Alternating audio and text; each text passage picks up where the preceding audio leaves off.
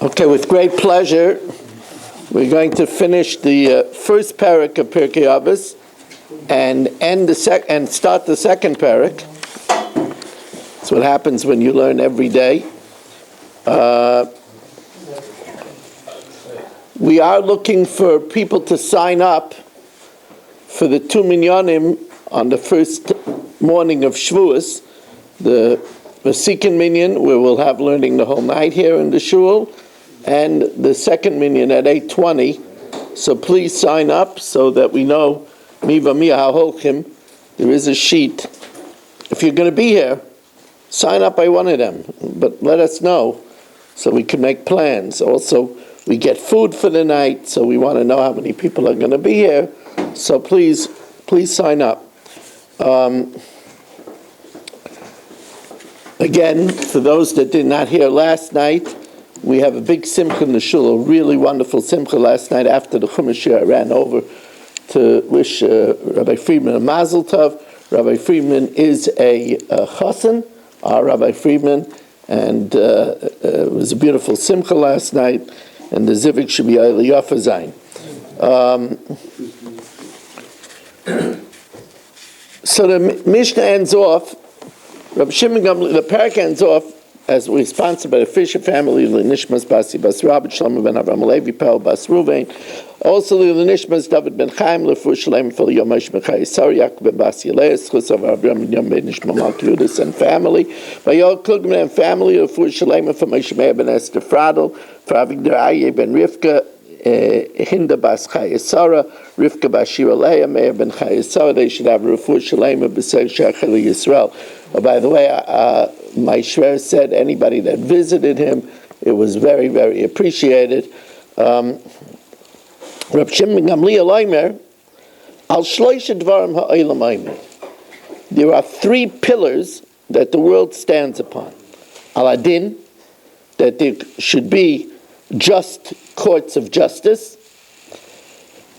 You know, Rav David Cohen said, there's only one place in Shemona Esrei that the word yogain, grief, is by, and that's by corrupt judges.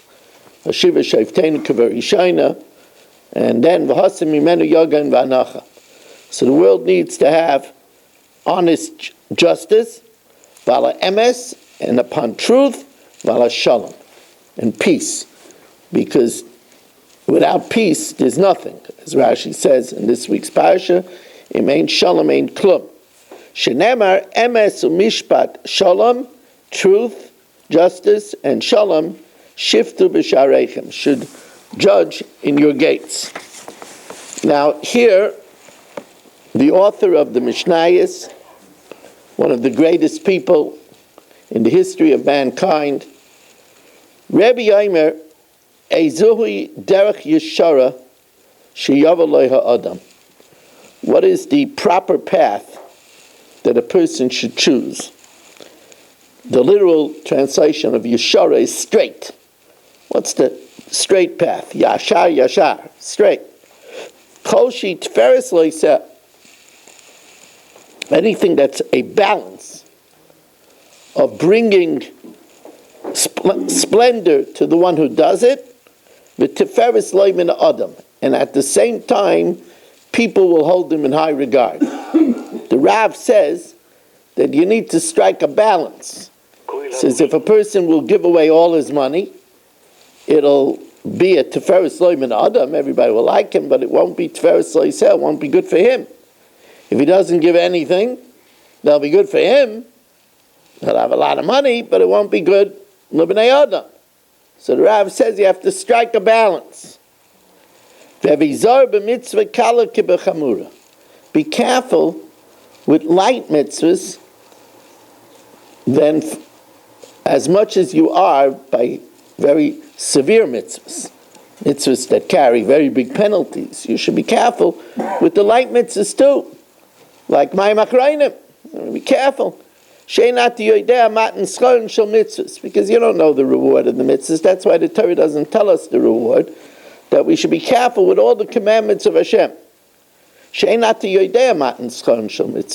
know the reward for mitzvahs. And before doing or not doing something, you should make a cheshbon.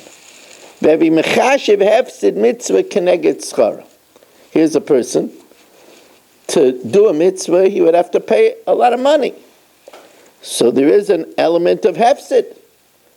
But when you're thinking about, well, I don't know if I'm going to do that, it's a lot of money, but make a cheshbon versus the reward. The reward for the mitzvah, the neitzach netzachim. Uschar aveira, and the pleasure of a sin, to listen to this piece of gossip, gewaldig. Gewaldig. To look at this is enjoyable. Keneged hefseda. Punishment in Gehenna. V'istakel b'shloisha dvarim, and we already said many times, istakel means meditate about three things. You should train yourself to think about them. V'yata bali de'aver, and you won't come to sin. And that is that there's a great camcorder in heaven. Dam alamala mimcha, know what's above you. Ayin raya, an eye that sees everything. V'oizen shamas, and the ear that hears everything. V'kol ma'asecha b'sefer nichtam, and everything is recorded and written down. V'ein shikcha lifnei kisei kvodecha. So all the thing we shouldn't say, I'm b'chadrei chadarim. When it comes to the Rabbeinu Shalom, there's no chadrei chadarim, right? Rabbeinu Shalom knows, he's beichen kloyes v'leiv, he knows what's going in our innermost thoughts, right? It doesn't say thought, that's what I was bothered by the Mishna. Ayin knows, and what about your thoughts? Ayin knows means what you say, what you do, right? But that doesn't imply that Hashem knows about your thoughts. I think that the idea is that we can meditate about something that we know. We understand an eye can see and an ear can hear. We don't have mind-reading capabilities. So it's not easy for us to be istakel in that. You understand what I'm saying? I know, but the point, I still istakel. Right. In other words, a person can relate to something that he can do. If somebody was watching me, okay. If somebody was listening to me, okay. Yeah, but then it doesn't jive because it says that you won't come lidei avera, but you would come lidei hira avera. Okay, hira avera, okay. Sometimes hira avera is a real avera. Okay, but hira avera is not, that's not what the Mishnah is dealing with. It says avera means a ma'isa avera. It's not dealing with hira avera. The kol ma'asecha b'sefer nichtav, and all of your actions are recorded in the sefer. The idea that the Mefarshim say over here, that later on our life will be played back in front of the people in the next world, is a very big deterrent. Now, it doesn't say that here, but the Rishonim mention it, that they're going to see a movie of our life unless we erase it with tshuva. And that's a very big deterrent. Who wants people to see what they did? And, who wants people to see that? It could also be that Rebbe is not demanding from the regular person initially mind control, although the Torah definitely practices mind control. Torah is full of mind control. That's all mind control. That's mind control. Sitar, not to bear a grudge. This is all mind control. But that's the next level. The next level. That's a high level. That could be that the Mishnah is not addressing that. Reb Chanani ben Akasha, Maratza